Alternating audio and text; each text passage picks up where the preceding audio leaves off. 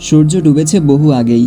ধরণীতে রাতের আঁধার নেমে এসেছে। পশ্চিম দিগন্তে সন্ধ্যা তারাটা জ্বলজ্বল করছে। বারান্দার দেয়ালে মাথা ঠেকিয়ে একদৃষ্টিতে সেদিকে চেয়ে আছে ইফরা। দুপুরের দৃশ্যটা বারবার চোখের সামনে ভেসে উঠছে। কিছুতেই মাথা থেকে সরাতে পারছে না সে। আদিলের হাতের মুঠোয় মীরার হাত ধরা ছিল। কি এমন হলো যে আদিল মীরাকে ধরে ধরে বাড়িতে নিয়ে গেল?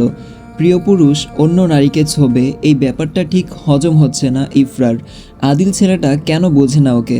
কেন বোঝে না ও ঠিক কতটা ভালোবাসে আদিলকে? ভেতর থেকে চাপা একটা দীর্ঘশ্বাস বেরিয়ে এলো ইফরার। আচমকা চোখে আলো এসে পড়ায় চোখ মুখ কুঁচকে ফেলল সে। সামনে হাত দিয়ে ধীরে ধীরে চোখ মেলতেই দেখলো আদিল রুমের জানলা থেকে ফ্ল্যাশ ধরে আছে।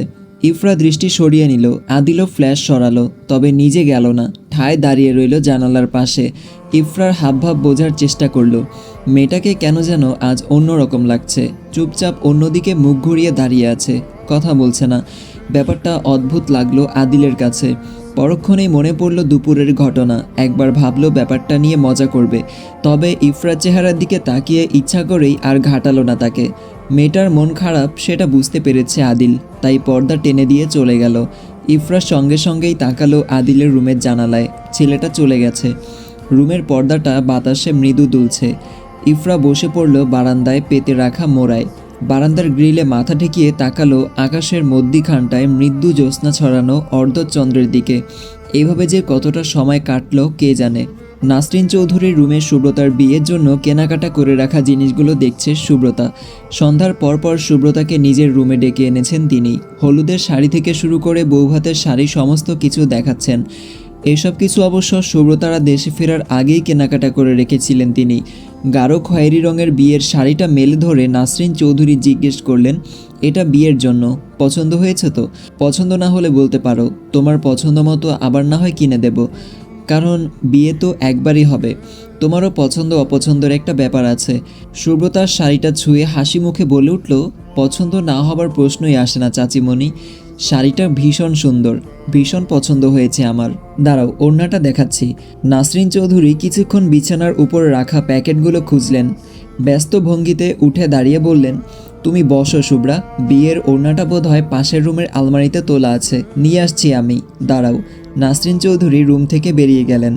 এখন একটি অ্যাড চলবে, আপনারা চাইলে স্কিপ করতে পারেন। আজকে আমি তোমাদেরকে সবচেয়ে বিশ্বস্ত বুকমেকার ওয়ানেক্স সম্পর্কে বলতে চাই, যেটি পিএসজি এবং সিরিয়ার অফিসিয়াল পার্টনার। ফিফা বিশ্বকাপ শুরু হয়ে গিয়েছে, এটি হতে পারে সবচেয়ে বড় সুযোগ আপনার প্রিয় দলকে সমর্থন করেন। এই অ্যাপে আপনি cricket, football, tennis live match দেখতে এবং তাদের স্কোর ভবিষ্যৎবাণী করেই সহজেই অর্থ উপার্জন করতে পারবেন। সেই সাথে BMW গাড়ি, আইফোন, ল্যাপটপ এবং আরও অনেক নগদ পুরস্কার জেতারও সুযোগ রয়েছে। এই অ্যাপটিতে আপনি crash, crystal, under and over 21 ইত্যাদি গেম খেলে সহজে আয় করতে পারবেন। সাইন আপ করার সময় আমার প্রচার কোড ওয়ানমারু ব্যবহার করে আপনার প্রথম জমাতে 24,000 টাকা পর্যন্ত পান। আপনি বিকাশ, নগদ, রকেট উপায়, ব্যাংক, ক্রিপ্টো, পেপ্যাল এবং অন্যান্য সহজ পদ্ধতির মাধ্যমে সহজেই আপনার জেতা টাকা তুলতে পারবেন। এখানে আপনি 24 ঘন্টা 7 দিন গ্রাহক সহায়তা পাবেন। তাই গুগলে ওয়ানেক্স সার্চ করে অফিসিয়াল ওয়েবসাইটটিতে গিয়ে রেজিস্ট্রেশন করুন। আর রেজিস্ট্রেশনের সময় অবশ্যই আমার প্রচার কোড ওয়ানমারু ব্যবহার করে প্রথমবার ডিপোজিটে 24,000 টাকা পর্যন্ত পান। সুব্রতা বিয়ের শাড়িটা হাতে নিয়ে উল্টে পাল্টে দেখতে লাগলো। আসলেই ভীষণ সুন্দর শাড়িটা, ইউনিক ডিজাইন। মায়ের রুমে জরুরি কিছু কথা বলার জন্য দরজা অবধি আসতেই পা থেমে গেল আয়াজের। সুব্রতা হাসি মুখে ওদের বিয়ের সমস্ত কিছু দেখছে। ব্যাপারটা ভীষণ ভালো লাগলো আয়াজের। নাসরিন চৌধুরী বিয়ের ওড়না হাতে দরজা অবধি আসতেই আয়াজ চোখের ইশারায় অনুরোধ করলো, আমি নিয়ে যাই। নাসরিন চৌধুরী নিষেধ করলেন না। ওড়নার প্যাকেটটা আয়াজের হাতে দিয়ে তিনি চলে গেলেন। আয়াজ আস্তে করে প্যাকেট থেকে ওড়নাটা হাতে নিল। নিঃশব্দে রুমে প্রবেশ করে সুব্রতার পেছনে যেয়ে দাঁড়ালো। মেয়েটা জিনিসপত্র দেখতে এতটাই ব্যস্ত যে আয়াজের উপস্থিতি টের পেল না পর্যন্ত। সামনের আয়নায় সুব্রতার দিকে চেয়ে মুচকি হাসল।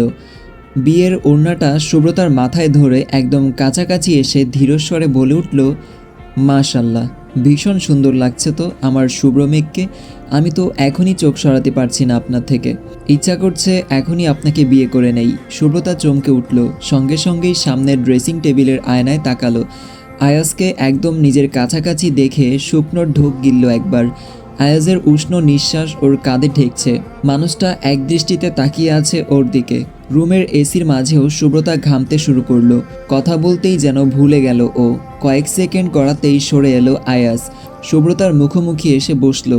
সুব্রতার হাতের শাড়িটা ছুঁয়ে বলল, পছন্দ হয়েছে আপনার? সুব্রতা নড়ে চড়ে বসলো, মাথা নেড়ে বলে উঠল, জি পছন্দ হয়েছে, কিন্তু আপনি এখানে কি করছেন? চাচিমণি কোথায়? আয়াজ সুব্রতার কথার প্রত্যুত্তর করলো না। বিয়ের শাড়িটা সুব্রতার গায়ে জড়িয়ে নিয়ে বলল, জানেন এই শাড়িটায় ভীষণ মানাবে আপনাকে, ভীষণ সুন্দর লাগবে।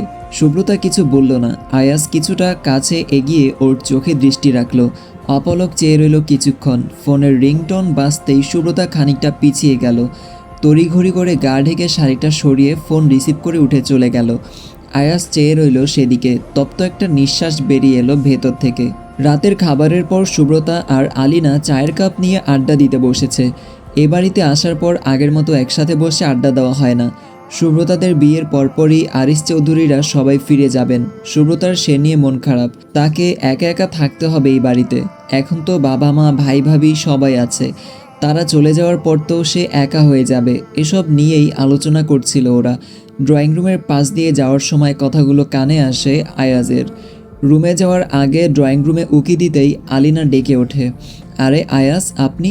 হবু বউকে লুকিয়ে দেখার কোনো দরকার নেই। নিজের বাড়িতে লুকোচুরি করছেন? ভেতরে এসে বসুন। আয়াজ ভেতরে এসে একপাশে বসে বলে, লুকিয়ে দেখছিলাম না, রুমেই যাচ্ছিলাম, কিছু কথা বলার ছিল, কিন্তু সুব্রতার কথাগুলো শুনে মনে হলো এখনই বলে দেওয়া ঠিক হবে, তাহলে ওনার আর মন খারাপ হবে না। আলিনা হেসে বলে, আচ্ছা ঠিক আছে, বলবেন, সমস্যা কি? ধীরে সুস্থেই বলতে পারবেন, আগে বলেন, চা খাবেন? ফ্লাক্সে আছে। আয়াজ এতক্ষণে ভালো করে তাকালো। ওরা দুজন এক ফ্লাক্স চা নিয়ে বসেছে। আয়াজ বড় বড় চোখে তাকিয়ে বলল, এক ফ্লাক্স চা? এত রাতে এই বাড়ির সবাই কবে থেকে চা খাওয়া শুরু করলো?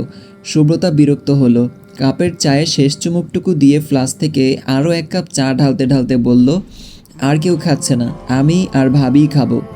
আয়াজ সঙ্গে সঙ্গে কঠিন স্বরে বলে উঠল, একদম না, পাগল নাকি আপনারা দুজন?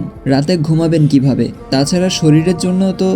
সুব্রতা আয়াজকে থামিয়ে দিয়ে বলে উঠল, এত রাতে আপনার লেকচার শুনতে এখানে চা নিয়ে বসিনি তানভীর, কি বলবেন তাড়াতাড়ি বলুন। সুব্রতার কণ্ঠে তেজ স্পষ্ট। আলিনা ততক্ষণে চায়ের কাপ নামিয়ে বসেছে। আলিনা বসে আছে বিধায় আয়াজ সুব্রতার সঙ্গে চা নিয়ে আর তর্ক বাড়ালো না। গলা ঝেড়ে বলে উঠল, আমি 15 দিনের জন্য এসেছি, একেবারে চলে আসিনি। তাই বিয়ের পর আপনাকে সাথে নিয়েই ক্যালিফোর্নিয়ায় ব্যাক করব। তাই এখানে একা একা থাকতে হবে না আপনাকে, ফ্যামিলির সাথে যখন ইচ্ছা তখন দেখা করতে পারবেন। সুব্রতা অবাক হলো। 15 দিন? আগে তো বলেননি। চাচু চাচিমণি জানে? হ্যাঁ, বাবা মা জানে। আলিনা খুশি হয়, বলে, বাহ, তাহলে তো ভালোই সুব্রতা, তোমার ইচ্ছা হলেই তুমি বাড়িতে চলে আসতে পারবে। আয়াস আর কথা বাড়ায় না। ভীষণ ঘুম পাচ্ছে তার, রুমে গিয়ে শুতে হবে। ঘাড়টাও আজ ব্যথা করছে কেন যেন। বসে থাকা সম্ভব না বেশিক্ষণ, তাই উঠে দাঁড়িয়ে যায় সে। শুভরাত্রি বলে বেরিয়ে যায় রুম থেকে। সুব্রতার মন খারাপ ভাবটাও চলে যায়। টিভি ছেড়ে আয়েশ করে বসে। চায়ের কাপে চুমুক দিতে দিতে নানান কথায় মেতে ওঠে দুজনে। চেম্বার থেকে বের হতে হতে আজ রাত হয়ে গেছে মিহানের। সবার সামনে মামারা মাকে অপমান করে বাড়ি থেকে তাড়িয়ে দিয়েছে। ব্যাপারটা ঠিক হজম হচ্ছে না মিহানের। মেহের চৌধুরীও বাড়ি ফেরার পর থেকে তেলে বেগুনে জ্বলছেন। এত বড় অপমান এর আগে কেউ ওনাকে করেনি। তার ওপর মেয়ে দুটো এখনও ওই বাড়িতে পড়ে আছে। ভাবতেই আরও রাগ ওঠে ওনার। ছোট দুই বোনের উপর ক্ষেপে আছে মিহানও, তবে তার সমস্ত রাগ এখন আয়াজের প্রতি।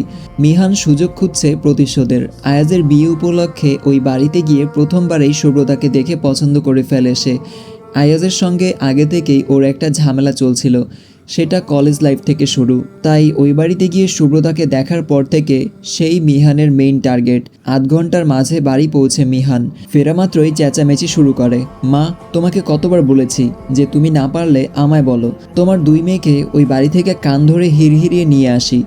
মেহের চৌধুরী মুখে পান গুজে বলেন, এখন না, আয়াজের বিয়ের দিন যাবি, একটা ঝামেলা বাঁধিয়ে আয়াজের বিয়েটা ভেঙে দিয়ে আসবি। সবার সামনে যখন মান সম্মান যাবে তখন আমাকে অপমান করার ফল বুঝবে। ভাবতেই অবাক হয়ে যাই আমি। আরিজের কত বড় সাহস, বড় বোনকে বাড়ি থেকে অপমান করে বের করে দেয়। ভেবেছিলাম তোর বিয়েটা সুব্রতার সাথে দেব, কিন্তু না, ওই মেয়েটারও তেজ কম না। তোকে অপমান করেছে ওই মেয়ে। ইচ্ছা করছিল। কথাগুলো বলতে বলতে রাগে ফুঁসছেন মেহের চৌধুরী। মিহান নিজের রুমে চলে গেল।